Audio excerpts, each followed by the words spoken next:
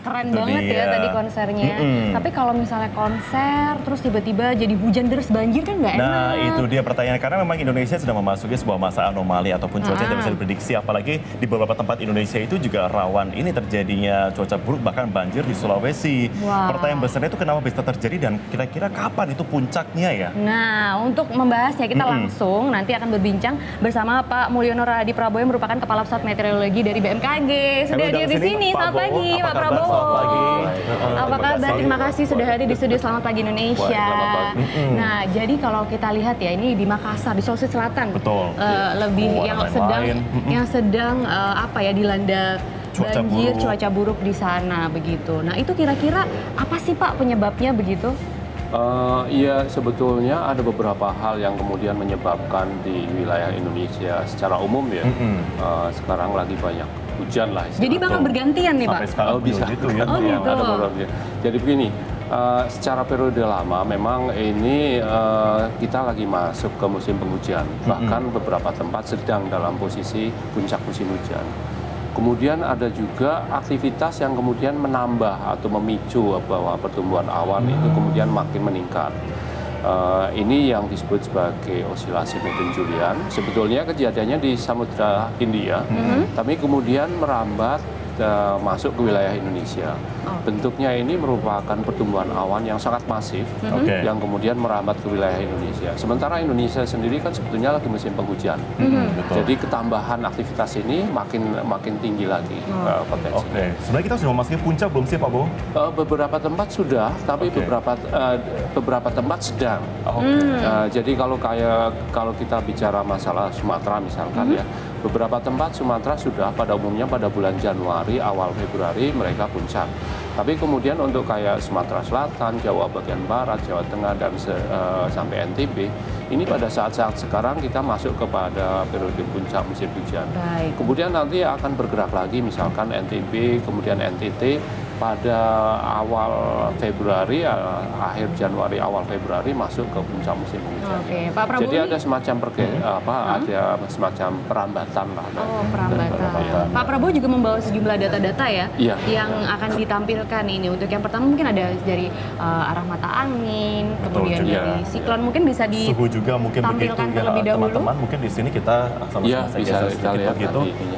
Tapi Pak, sembari juga kita menunggu ya data yang juga ditampilkan juga memang kok, nah ini dari angin begitu ya, dari mata angin memang sebenarnya kalau dibandingkan dengan tahun lalu kita itu sebenarnya terjadi ada lebih buruk kondisinya atau sebenarnya sama saja gitu setiap tahun? Begini, ini kalau kita bicara waktu ya, pada bulan-bulan akhir tahun, bulan-bulan awal tahun, pola angin memang bentuknya seperti ini.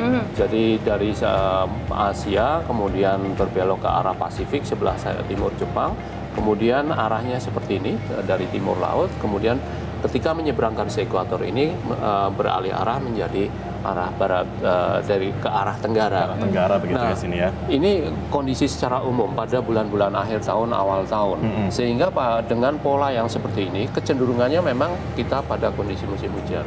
Itu yang pertama. Kemudian yang kedua, saat ini ada bibit siklon tropis di sini, kemudian ada siklon tropis di sini. Nah, ini juga mempengaruhi karena ketika aliran angin seperti ini, kemudian kecenderungannya dia akan terjadi penumpukan seperti ini. Sehingga daerah-daerah penumpukan ini, aliran udaranya ini, akan terjadi penumpukan uap air yang banyak. Nah, dengan demikian potensi untuk terjadi pertumbuhan awan dan muncul hujan ini sangat besar ini kan kecenderungan aliran udaranya akan mengumpul seperti ini. Betul. Di daerah-daerah yang jadi ini mengindikasikan hujan yang begitu lebat di sejumlah daerah gitu ya. Emang sih ya di Jakarta kalau ngerasain kayaknya setiap pagi tuh sekarang hujannya bener-bener deras banget. Hujan dan angin itu benar intensitasnya sangat parah bahkan itu. Nah, ya. Dengan adanya ini ada dua hal yang kemudian memicu atau dampak dari kondisi ini. Pertama, tadi bahwa ketika muncul bibit siklon tropis seperti ini atau bahkan siklon tropis seperti ini, kecenderungan anginnya akan menguat. Jadi di daerah-daerah sini misalkan sampai 30 knot, kemudian sampai 20 knot. 30 knot ini kurang lebih sekitar 40-45 km per jam. 25 sampai 20 sekitar 30 sampai 30. Nah, untuk selanjutnya kita juga ada informasi mengenai siklon tropis ya. Betul. Dan nanti ada juga datanya. Bagaimana kita juga harus berwaspada juga dan daerah mana saja begitu Maria ya. Kita akan bahas Pak Bo, tapi kita harus jeda dulu. Pemirsa tetap bersama kami di Selamat Pagi Indonesia akhir pekan.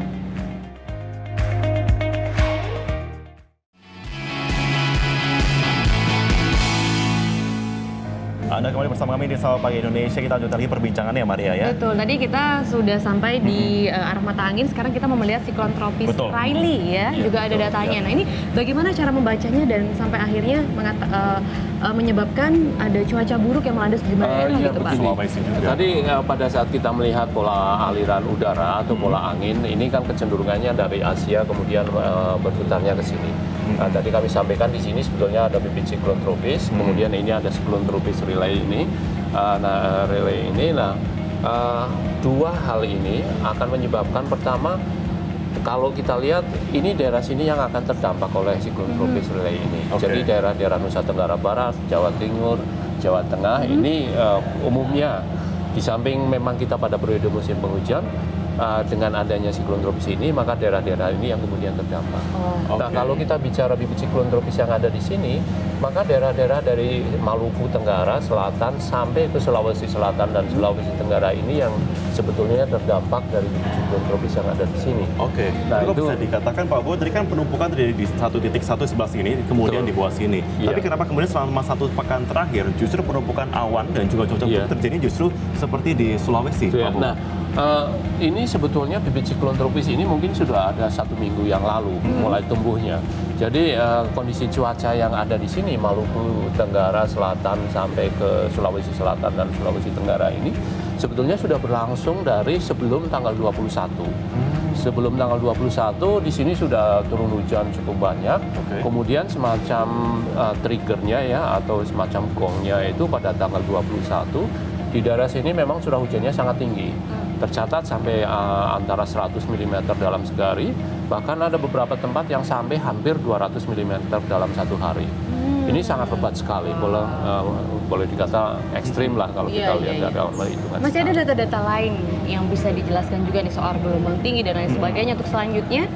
Mungkin bisa diganti. Nah, ini tadi kalau kita lihat siklon tropisnya yang Riley ini yang ada di sini, kemudian kalau kita lihat ujung atau buntutnya ini yang terdampak di daerah-daerah sini, Nusa Tenggara Barat dan Jawa Tengah. Kemudian yang ada di sini Australia ini daerah sini, ini yang akan terdampak daerah-daerah sini. Sulawesi. Ini ada warna merah, orange, bagaimana membacanya? Ini warna hitam artinya daratan atau sebetulnya ini suhu yang dimonitor. Makin merah ini suhunya makin minus. Artinya sebetulnya makin tinggi yang dilihat. Ini merupakan puncak awan. Ini yang warna kuning, hijau, dari hijau, kuning, kemudian orange. Ini menunjukkan bahwa suhunya makin lama makin dingin, artinya makin tinggi permukaannya. Kalau seperti ini misalkan, artinya ini suhunya bisa sampai minus 80, sampai minus 100 seperti itu, mengindikasikan bahwa pertumbuhan awan, karena yang dilihat sebetulnya kan suhu puncak awannya. Nah ini kalau makin minus, artinya puncak awannya itu makin tinggi. Nah kalau puncak awannya makin tinggi, boleh diasosiasikan bahwa potensi untuk terjadi pertumbuhan awan di situ sudah hampir 90-90% turun hujan. Nah untuk yang selanjutnya yang paling berdampak tuh sepertinya kan juga gelombang tinggi ya, Marvin ya. Jadi kita langsung melihat bagaimana prediksi gelombang tinggi.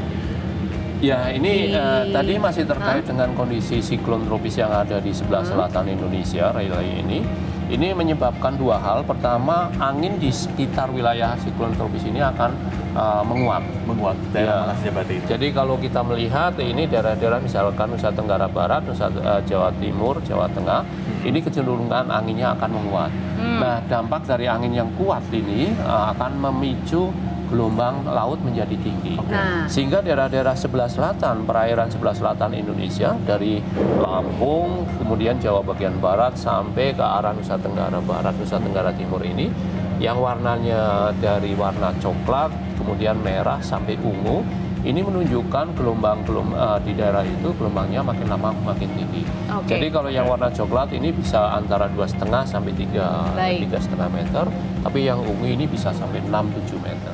Oke, jadi dari segala macam data-data yang Bapak sebutkan lagi, kira-kira potensi apa yang mungkin nanti bisa terjadi ke depannya mengenai cuaca buruk yang melanda Indonesia begitu Pak? Apakah memang masih akan ada sejumlah kejadian atau bencana lagi? Kalau kita bicara cuaca, ini dalam periode sampai paling tidak awal Februari ini masih sangat potensi untuk terjadi hujan. Minimal sampai akhir Januari ini hujan masih akan terus banyak muncul di wilayah sebagian wilayah Indonesia sampai awal Februari.